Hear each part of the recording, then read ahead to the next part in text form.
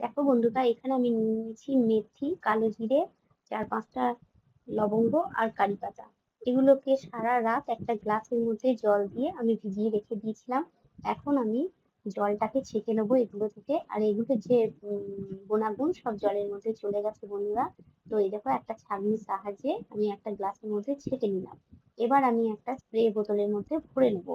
তোমরা স্প্রে বোতল না থাকলে একটা বাটির মধ্যে তুলো দিয়েও এই রেমেডিটা লাগাতে পারো মাথায়। তো এই দেখো, আমি ফিনাইলের সাহায্যে একটা স্প্রে বোতলে ঢেলে নিলাম। এবার আমি ঢাকনাটা লাগিয়ে গোটা চুলের মধ্যে আমি এখন লাগিয়ে নেবো। আর এটাতে 5টা চুলের সমস্যার সমাধান হবে, অকালপক্কতা দূর হবে, চুলের গ্রোথ বাড়বে, চুল সিল্কি হবে, চুল লম্বা হবে।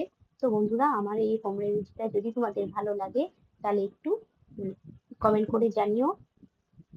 তাহলে আমি আরো তোমাদেরকে এরকম চুল ভালো করার আরো রেমেডি তোমাদের সঙ্গে আমি শেয়ার করব। আর এরকম ভাবে ম্যাসাজ করে করে নেবে বন্ধুরা, তাহলে চুলটা খুব সুন্দর